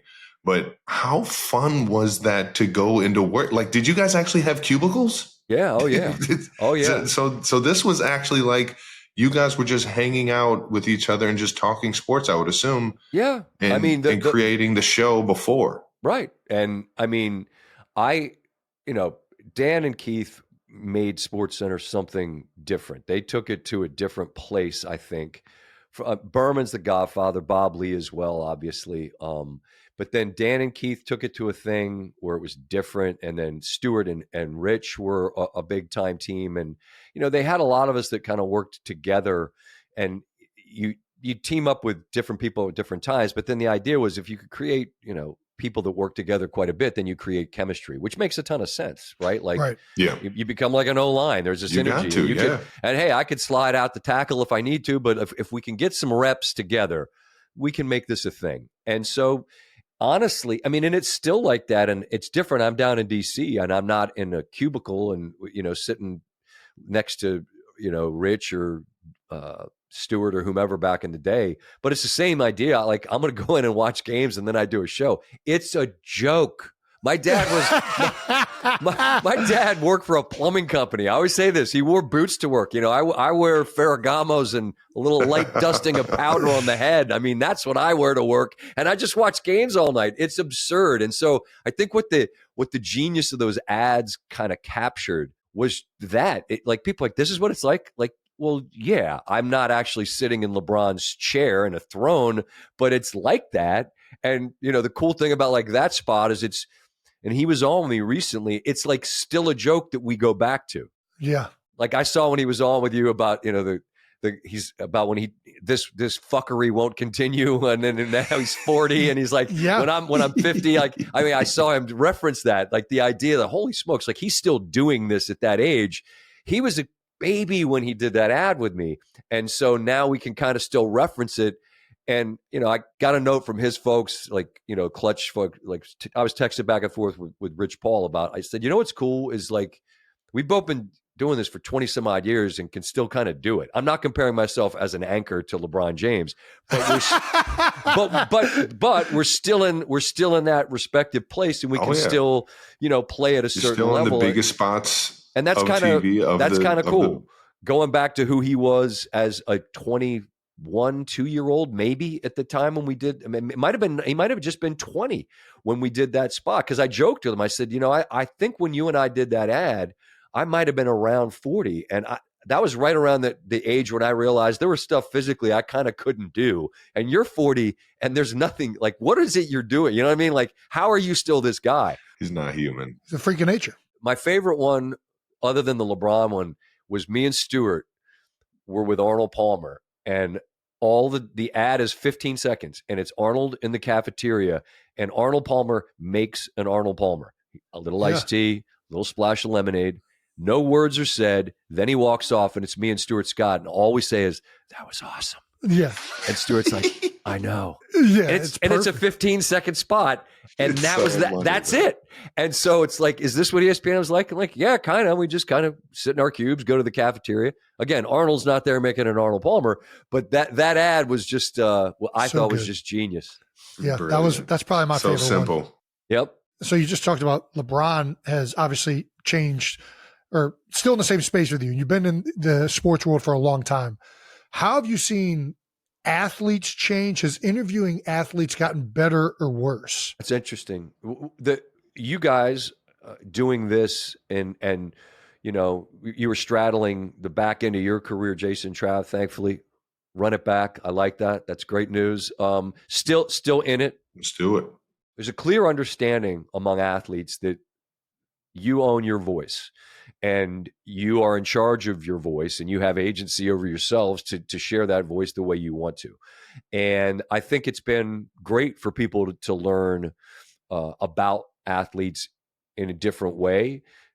Share your lives as much as you're willing to share your lives with the public. And that's tricky, right? You got to pick how much of it, how much of them do you want to know about your new baby? By the way, I hadn't say congrats and I didn't. Thank you. God bless you. That's awesome. But that's a tricky thing. And it's up to you to decide how much you want to share it with people. Because athletes have a space that they control, not the narrative, but what it is the narrative. It's their narrative. It's very different. And you guys joked about it a couple of years ago, Jason. You were still playing for Philly, and I thought we were going to talk to you, and then you had cramps, and they sent somebody else out. And I think I said on SportsCenter, I thought we were talking to Kelce, but I guess he wants to save the content for the podcast. And I was just joking. Right. But then you guys covered it. Yeah. Trav had my back. It's like, how are you going to blow up SVP like that? Which you didn't. You don't ever do that. Which you didn't. But I think what I'm saying is I think that it is interesting that if you have something impactful and important that you want to say it on your platform the way you want to say it. But I do think what I have with athletes is a trust. I think people respect that I respect them and know that I'm not trying to, you're not going to get got. Like, it's not what that's about. I'm trying to have a genuine conversation, and I'm interested in the things that are related to the competition. And I think I'm good at having conversations that can pull out the emotions and the answers that are related to that are interesting to me and the audience. I still think we can have those conversations even if you have a lane that you want to be the driver of that content. I get it. So it's different. But I also think it's made guys and men and women more comfortable in talking about themselves in a way that it's maybe less guarded when you do have the conversations. Does that make sense? For sure. There's a tonnage of voices and content out there these days. And so I've done it long enough that I don't meet strangers, if that makes sense. Even if we haven't talked, I've done it long enough that I'm not saying this to be an ass, but I mean, you probably have some idea who I am and I know who you are. So we're not, even if we've never talked, we're familiar with each other. And hopefully you're familiar with the way I approach things. Absolutely. Always a pro's pro. I got to ask you though, of the 4 major sports that you typically cover, even though it goes far beyond that, which athletes give you the best post-game answers? I think hockey guys. There's a sincerity to hockey guys, and they fascinate me because I can't skate. These guys will play through like a severed limb. What they're willing to go through is beyond my comprehension. Like I get, dude's got to take a shot to be available, and your availability is your best ability. I appreciate what you guys put through yourselves through, rather. But hockey guys just totally fascinate me. Like there's guys whose mouths, their teeth, look like they ate a fucking grenade and they're still playing. Like it's a rite of passage. They brag about it. Right. What are you doing? If that happened to me, I'd be incapacitated for a week. And they're like out there for the next shift. Yeah. So there's a curiosity I have about them. And I'm not talking about them like they're zoo animals. Like, what are you? But it's they are. They're zoo animals for sure. They're zoo animals. They just. I played golf once with Oshie and Carlson, a couple of Capitals here in town. And Oshie had literally just had surgery on like a sports hernia a week before, and him and Carlson are talking about that moment when you're passing out from the anesthesia, about like that last couple of seconds, and they were talking about it with joy in their eyes before they go under for surgery. And I couldn't get over just how those dudes are wired, man. So hockey guys fascinate me. Those are the guys I enjoy the most because I have the least understanding of them. There's a whole way they talk too that's like mesmerizing, like the verbiage they use, and there's like half of them aren't even Americans, right? Like they're Canadians or they're from overseas and Russia or whatnot. And there's slang to it. And everybody's got a nick, it's no one's just Jason or Travis. It's, it's J-Bo and everyone's, you gotta, I'm doing a shitty job of what the nickname, good. Like what they call Wayne Gretzky. Oh, Wayno. That's what me and Steve, every time we bring up Wayno, like this is the greatest player that's ever played. And the Canadian guys talk about skating down the ice side by each. Okay, I get it. You're next to each other. Mm-hmm. There's a different language, and the boys and the room, the way they talk about the room, that's my favorite thing. It's the locker room, but the room, the way they talk about it, it's like a sacred place. Oh yeah. And you guys know it because you live it, but the hockey guys' room is a whole other level. And there's nothing like it. Last year I talked to Paul Maurice after they won, the Florida Panthers won, and he gave the greatest answer. I asked, you've spent your life in pursuit of this thing, and now you've done it. And in what way does that change your life? He took this really deep pause, and then he gave this sincere thing. He said, I hope it doesn't.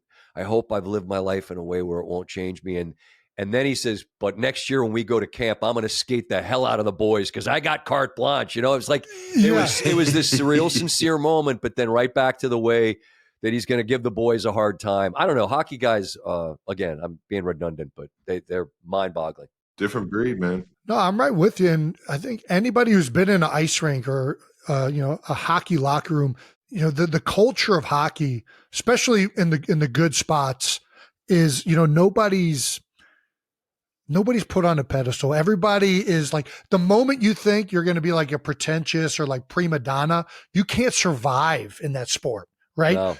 Like it's all about doing stuff for your team. We had the Kachuk brothers on. Their dad obviously played in the league for a number of years. And there's two rules were be a good teammate and work hard, right? That's like sums up who life. These guys are. Yeah, right. But that's life. Whoever's listening, the 92%ers, that's it. Be a good teammate and work hard. But then I'm just trying to imagine what it is to be a guy and to understand that there's going to come a time when you got to go out there on the ice and you skate up to that dude next to you and you just look at the guy and you go, you want to go? Yeah. And you got to say, yeah.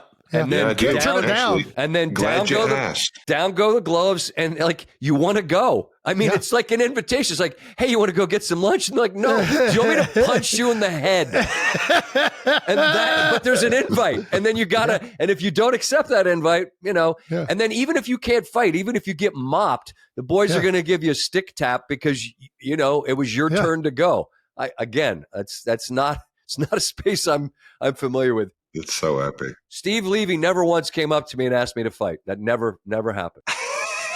There's a weird thing in like a lot of hockey players' eyes where I feel like if you punch most people in the face, they get pissed. Like they're going to look at you and they're going to there's going to be a look of anger. I feel like if you punch a hockey guy in the face, they would smile, which it's almost like this like weird mentality with some of these sports like hockey. I think rugby players are similar there. And there's certainly some football players like this where it's like, it's almost like you want to get punched in the face. It's weird. But I've seen like when DBs and wide receivers get at it and you grab the face mask and dudes are swinging and then it's more like lunchroom, like let's separate me and then let's get mad. Where like you punch John Carlson in the head and he would be like, come on. Yeah. You know what I mean? Like all you did was light that fuse, buddy, and you're not this is ready. What I wanted. You're not ready for what's coming. You're not ready. Nobody's pulling us back. Yeah.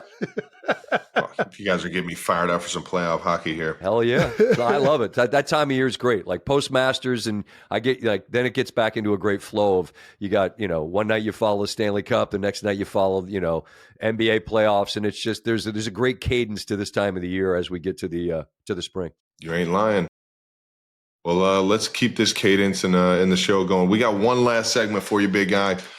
We call this one, We Gotta Ask. We close every convo out with a little We Gotta Ask, and you don't have to answer, and you can basically either answer the question or tell me and Jason to go fuck off. First one off the board, what is your greatest personal athletic achievement? I play a par 3 tournament every summer at the beach. It's a little course called Bethany? Well, this yes, that's where our family's been for years. Sorry, I don't know if we want to disclose this. Yeah. Everybody in town knows where we live. Come by and say hi. Look forward to seeing you. It's north of there. There's Dewey Beach, and then there's a little town called Lewis, Delaware. And Lewis, Delaware has a par 3 course called the Midway Par 3. Me and my boys have been playing a tournament there every year forever. I'm proud to tell you, last year, your boy won it in a playoff over a guy that thank you. Over a guy who actually played golf at the University of Maryland, beat him in a playoff with a birdie. And then I sent I'm not trying to name drop or whatever. This is just actually me making fun of what an idiot I am. I sent a picture to Scotty Scheffler, who has won some tournaments. I'm like, you know what, buddy? You never won this. And it's a picture of me holding up the trophy. Oh my gosh. Our buddy runs a bar down there called the Starboard. It's our guy Monty. And like every year the winner of this tournament gets put up on this on the video board outside the Starboard. And so seeing my smiling face holding that trophy, that's as good as it's going to get, boys. It's pretty much downhill from there. But I did win in Midway last summer, defending champ. Actually, you know what? Not defending, because no one can take it away from me. I'm the reigning champ. Bitch. Reigning champ. What? Yeah, baby. Come get it. Yeah. That's right. See you in July. Reigning Midway Dingle champion. Bang. That's it. Thrown this man. All right, you tweeted this at the New Heights account. Please elaborate. How close did you or Mark Schlereth come to shitting your pants on air? Okay. So, all right, let's just say Mark Schlereth, shout to Stink, my guy. Yeah, Stink. I taught him how to tie his tie, and like it should have been a Sports Center commercial. I taught him how to get that great dimple in the middle of his tie, and he, to this day, we love laughing about that. But this was a story. Show me a man who says he has to shit his pants, I'll show you a liar. Has it happened on air? I explained Mark Schlereth is familiar with it. So there was a day where I was having a rough day, had a little bubble, little gurgle in the belly, a little bad tummy. Yeah. And I'm said to Stink, buddy, there's a decent chance that while we're sitting out here, I might shit my pants. And Stink says to me, Oh, it's fine. It's fine. You just need to put some leaves in the gutter. I'm like, excuse me? He's like, What? you don't know leaves in the gutter? I'm like, what's leaves in the gutter? He's like, you just take a big giant ball of toilet paper and you ball it up and you put it in your ass crack. And then while you're sitting there, in your boxers, it's basically like a diaper of sorts. You're just making a Because grown man's I wasn't diaper, going to full on shit my pants. It was going to be just a just a little short kind of a leakage. moment. Just that, is this a fart? Oh, it's hot. No, that wasn't a fart. And so I had leaves in the gutter. And then that night, this gets better. It's a pro move. He's there to do analysis on, say, the Thursday night game. For argument's sake, it's the Steelers and the Bengals. I don't remember.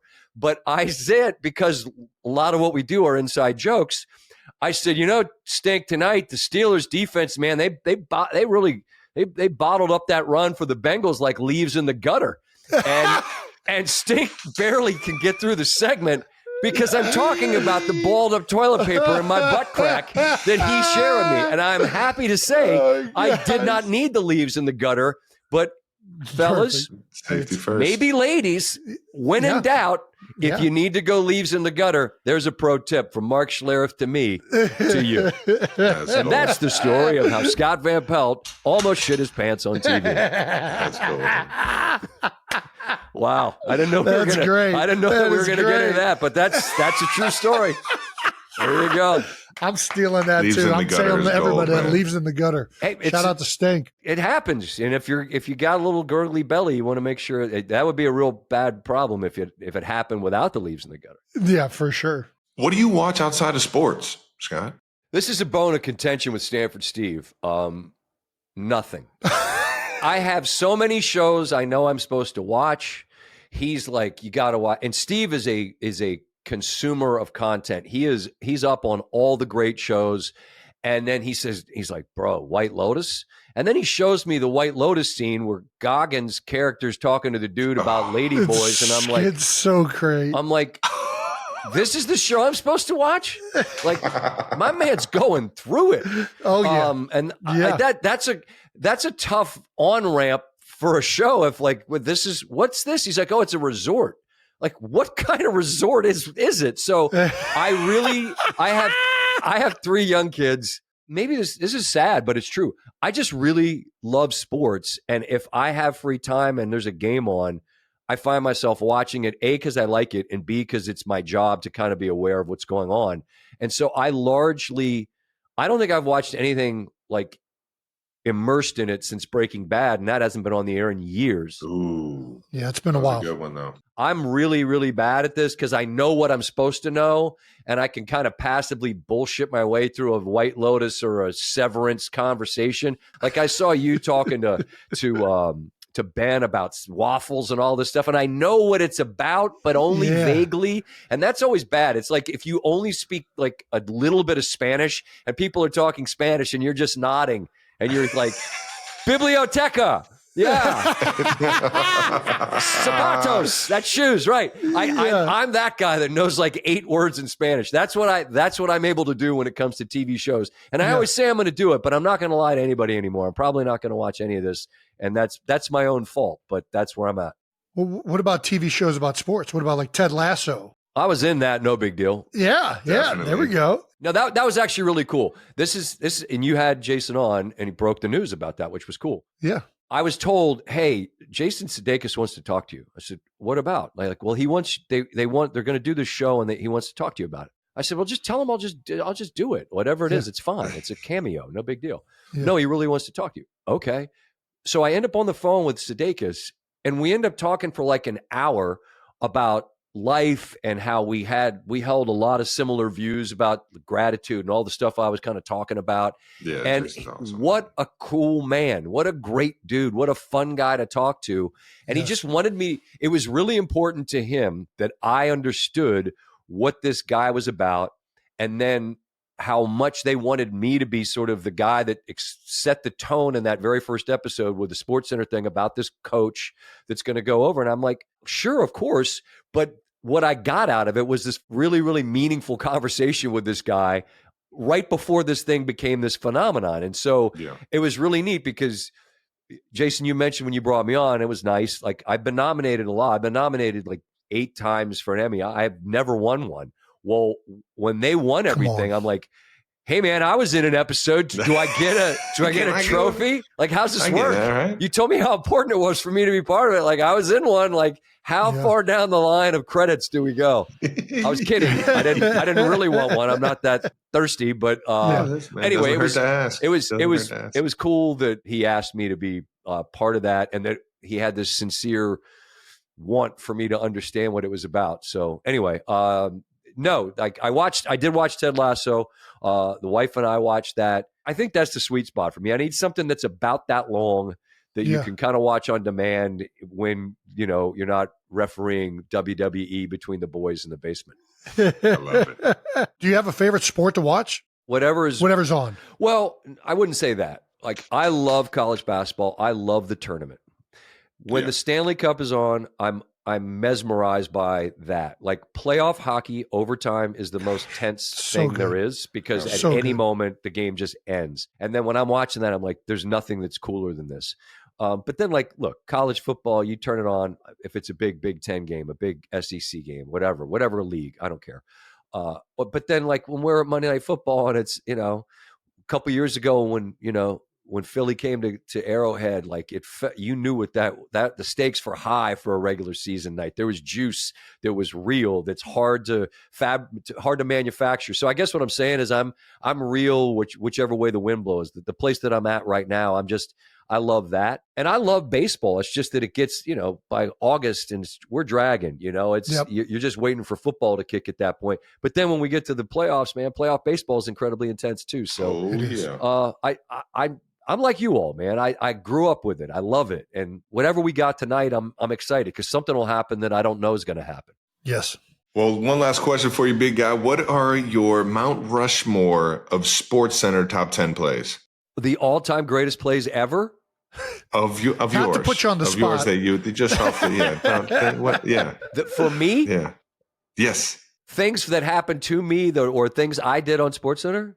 Or things I saw, things I called. There you go. Bro, your boy's done. This is a tough spot. Okay. Just tell us to fuck off. Just tell us to fuck off. This is where you just tell us to fuck off. Fuck off. Thank you. Fuck off. Scott Van Pelt, ladies and gentlemen. I'm old and feeble. This brain is mush, and I've done a lot of shows, man. I don't know. You've told us already so many fucking golden stories, man. Thank you for your time, brother. We appreciate you. Hey, listen, continued success in all things, boys. You guys, you know it. Yeah, be grateful for what we get to do. I know you guys are and do, but I think it's important that people hear that. That Enberg story I told her. I'm sincere about it. The going to the Masters, being present, being grateful. I just think that's a great sort of place to stay. I try my best. I love what you guys have. I love the bond. I love you guys sharing your lives with people because they're interested in. It's fun to stop in and say hello. So. Keep doing what you guys are doing. You're the best, brother. Complete honor to have you on, Scott. Thank you so much. Thank you, dude. You're the best. All right. Fuck off. Scott Van Pelt, everyone. That's so fucking good. Gold, man. How awesome was that? Dude. Told you, man. The guy's the best. It just felt like we were in the living room and he was just speaking the gospel to us, like telling us like the stuff that his father said. How he's still, dude, just an all-time great dude. He's just an all-timer, man. Can tell a story like nobody else, man. I ain't lying. And yeah, I mean, leaves in the gutter forever. Leaves in the gutter. Let's keep it moving. Let's get to some no dumb questions brought to you by Perplexity. That's right. We've spent so much time on this show looking up answers. We are now sponsored by a search engine. How about that? Shout out to Perplexity. Discover fast and reliable search with Perplexity today. From M. No dumb questions. If you could make one of your body parts detachable, which would it be and why? Detachable? It's a very weird question, M. I'll wait for you to answer first. What would I want to be detachable? I don't know. Maybe my ears so I wouldn't have to hear people. That's what I was thinking too. You can right away just like nose, because I think smells can be. You're going senses. Yeah, I think smells can be Yeah, a little there's more some mayonnaise in the area. You don't want to have to smell that. I'm not trying to smell that shit. I'm going senses though. I'm going ears or nose. Ears or nose? Ears would be nice. You're trying to get some shut eye, trying to go to sleep, just take your ears off. Yeah. Ooh. Sleep tight. That's real nice. Then you're never waking up. You have to get something that shakes the room or something. All right, I'm just going to throw it out there. I mean, if we're being honest, it usually just gets in the way. Jason. I mean, it's an inconvenient appendage at times. I mean, listen, I'm very happy I have one. The balls and chain? I feel like it's a one. I think it's a one. No, there's two different. It's a one-stop shop. I think it's all the same appendage. I don't think that's how it works. So you can't. If you could just take it all off, I mean, it would just. I mean, it would eradicate. I mean, it just gets in the way sometimes. You know what I mean? Like if you're running, you got to think there'd be less friction without that in between your legs trying to play sports, right? No, I don't think about it. It doesn't bother me at all. And then if like you could take, I mean, let's just be honest, if you can detach it, that means you could probably attach an upgraded one. You know what I mean? You could go bigger. Assuming it's like a universal connection point, I could attach another one.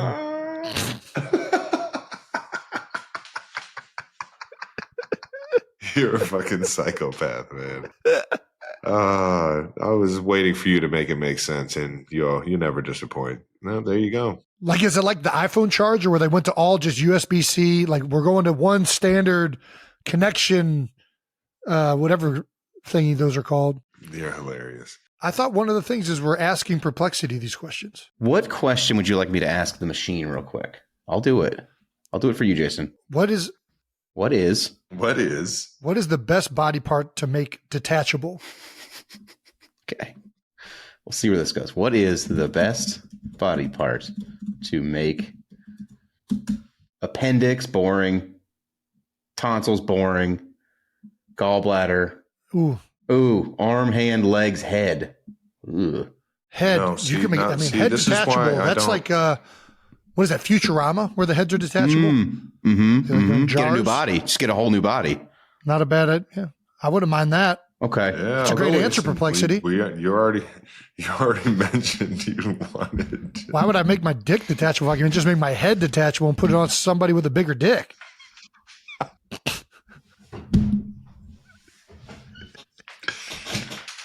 Brandon, why did you even go to Perplexity? Because he asked me to. My job is to do what you guys asked me to do. I don't. This is hilarious. All right. All right, Perplexity wins. Every time. Can you imagine coat checking your dick? Hilarious. Coat checking your dick is fucking funny. I'm not going to need this tonight. Can you hold on to this? What did Dad used to say? Fanny pack. You'd lose your dick if it wasn't attached. I think it's what Dad used to tell us. He used to tell me that all the fucking time. Maybe that's where I thought of this immediately. You're right, Dad. I don't want it to be detachable because I would lose that motherfucker. Jason, you of all Knowing people, your dick would be like in the car in a sock. That's funny as fuck. My fucking dog would eat it. I'd find it. Baloo's got it in his mouth. Jason Kelce. Baloo's gone. His dick is lost in a vat of chili. Yeah, you're right. We don't want that to be detachable. We don't. You need to keep Dick's that got to stay on. Yeah, I'm not responsible enough to have a detachable dick. Jake, you're always like, what do I make quote cards? What do I make quote cards? There's your quote card for the week, Jake. Make that a graphic. Put it out immediately. Jesus Christ. Let's hit the brackets. Let's get out of here. God damn it. All right. That does it for No Dumb Questions, brought to you by Perplexity. Discover fast and reliable search with Perplexity today. Let's move on to some March Madness Challenge updates. That's right. We're all the way to the Final Four. Oh, where are we sitting? First time in a long time, the men's Final Four is all one seeds. It's only happened one time before from our data analysis. Thanks a lot, NIL. Thanks a lot. You gotta love it. Nice. Auburn, Houston, Duke, and Florida for the men's bracket. Let's take a quick look at the leaderboard for the New Heights March Madness Challenge and a quest for the Golden Cup. Demetrius Asrat is on top of the Killing it. leaderboard with Well, Jeremy tie. Wendt. It's going to come down to the Houston and Duke matchup. Yeah, that's a good point. I guess that is it. They play this round, right? I think there's a few other things that could go into it too, but yes. Oh, like who else? I mean, if it's 181, whoever wins that game is probably going to, I guess it depends on who their other Final Four team is and then who. Yeah, all right. I don't know how these points work. I think it matters also who wins the other game too and who those two picked. But Demetrius, Jeremy, congratulations on getting it to this point. That's pretty damn good. Yeah. Somebody's going to win it. Amy Waldrip is up there. So is Amanda Frias, Casey Qualls, Nicole Winkle. There's this no is L still in there. anybody's game. I mean, these points are close. Everybody's kind of right there. Everybody's kind of right there. So shout out to all of them for making it this far. Yeah, a tie for first and a little 5-way tie for second. The women's Final Four is UConn, UCLA, South Carolina, and the University of Texas. That's Brandon writing that and me just reading it. 92%ers, the standings are just 2 points separate first place and a 3-way tie for second. Shout out to Nick Sterling, Adam Ayoun, and Cody. I'm just going to say Cody because that's a crazy last name. And Katie Plummer. Shout out to Katie. Going into the final weekend, here are our New Heights team standings. The men's bracket, Brandon is winning by 1 point. Surprise, surprise. Jason is dead last. Yeah, I'm out. I'm out. And in the women's bracket, though, Jason, you got me by a point right now. My average height of roster is paying off. You got me by 1 point. Although I did UConn and South Carolina. Well, we'll see. I'll tell you what, it's going to be a fun Final Four. I'm pumped. You got obviously all the 1 seeds in the men's bracket. The women's bracket is getting real exciting here going into the Final Four. I'm just I'm pumped, man. There's just something about March Madness that it keeps me glued to the TV. It's the best. It really is. You gotta it's great. love it. It's you know it. Great TV happening, live sports happening all day. We're in the tail end of it where it's only at night now, which kind of sucks. But these are the best games too. So you know it. Going to be a great week of basketball, baby. That wraps up another episode of New Heights. Make sure you're subscribed on YouTube to the New Heights channel and follow New Heights on the Wondery app or wherever you get your podcasts. You can listen to new episodes of New Heights early and ad-free right now by joining Wondery Plus in the Wondery app or on Apple Podcasts. Once again, New Heights, a Wondery show produced by Wave Sports and Entertainment and brought to you by HBO's The Last of Us. Premiering soon here in April. Follow the show on all social media at New Heights Show with 1S for fun clips throughout the week. Thanks to the production and crew for always editing out what we shouldn't say, Jason. There's things we're not supposed to say. And to the 92%ers. Love you guys. We'll see you next week.